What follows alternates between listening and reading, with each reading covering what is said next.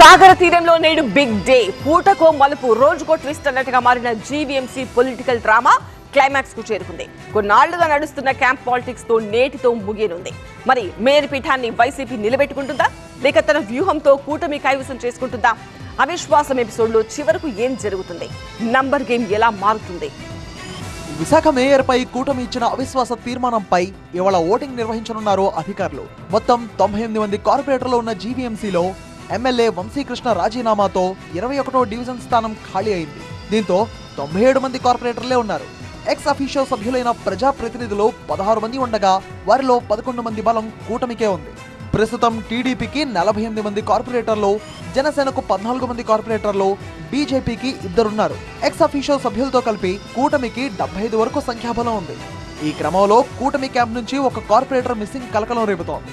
Malaysia నుంచి వస్తుండగా భూపతి రాజు సుజాత్, మీతో పని చేసినందుకు చాలా సంతోషంగా ఉంది. మీరే బెస్ట్ బాస్. ఇప్పటి వరకు మేనేజర్గా ఉన్నాను, ఇప్పుడు బాస్ అవుతాను. ఎలా బాస్ వాలా?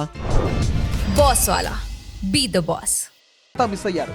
వైసీపీ ఆపరేషన్ తోనే కార్పొరేటర్ కనిపించకుండా పోయినట్టు ప్రచారం జరుగుతోంది. దీంతో విశాఖలోనే మకం వేసిన మంత్రులు డోలా అచ్చెన్నాయుడుతో పాటు స్థానిక ఎంపీ భరత్ కూడా చివరి నిమిషంలో ఎలాంటి ట్విస్టులు జరగకుండా జాగ్రత్తలు తీసుకుంటున్నారు. అవిశ్వాస తీర్మానం నేపథ్యంలో విశాఖలో ఉన్న పార్టీ కార్పొరేటర్లకు జనసేన నేతలు దిశానిర్దేశం చేశారు.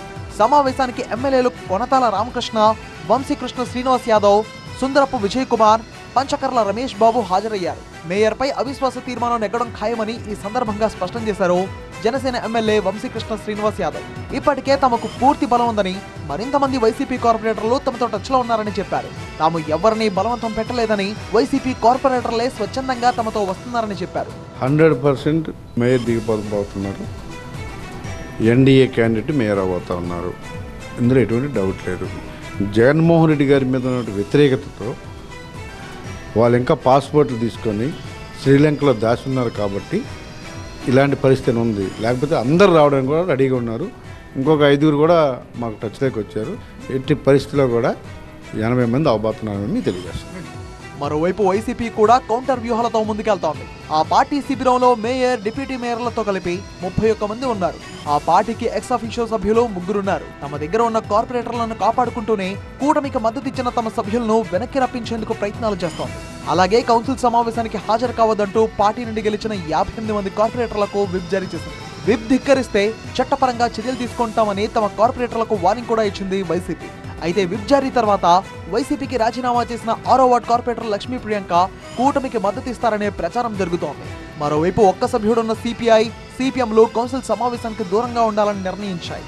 అధికార విపక్షాలు పోటాపోటీ వ్యూహాలతో బిజీగా ఉంటే, అటు అధికారులు మాత్రం కౌన్సిల్ సమావేశానికి భారీగా ఏర్పాట్లు చేశారు. ఉదయం 11 గంటలకు సమావేశం ప్రారంభమవుతోంది. అయితే కార్పొరేటర్లు, ఎక్స్ అఫీషియల్ సభ్యులు, జీవీఎంసీ ఉద్యోగులు మాత్రమే లోపలికి వచ్చేలా కట్టుదిట్టమైన భద్రతా చర్యలు చేపట్టారు పోలీసులు. ఆ మేరకు ఇప్పటికే సిట్టింగ్ ను ఏర్పాటు చేశారు. ఐడెంటిఫికేషన్ అధికారులతో ఇప్పటికే సమావేశం నిర్వహించిన కలెక్టర్ హరేంద్ర ప్రసాద్ ప్రస్తుతం ఉన్న సీసీ కెమెరాలతో పాటు మరిన్ని కెమెరాలను అదనంగా ఏర్పాటు చేయాలని ఆదేశించారు. ఓటింగ్ ప్రక్రియను వీడియోగ్రఫీ చేయాలని స్పష్టం చేశారు. కోరంకు సరిపడా సభ్యులు హాజరైతేనే ఓటింగ్ నిర్వహిస్తారు. అవిశ్వాస తీర్మానానికి సభ్యులు చేతులెత్తి తమ ఆమోదం తెలపాల్సి ఉంటుంది.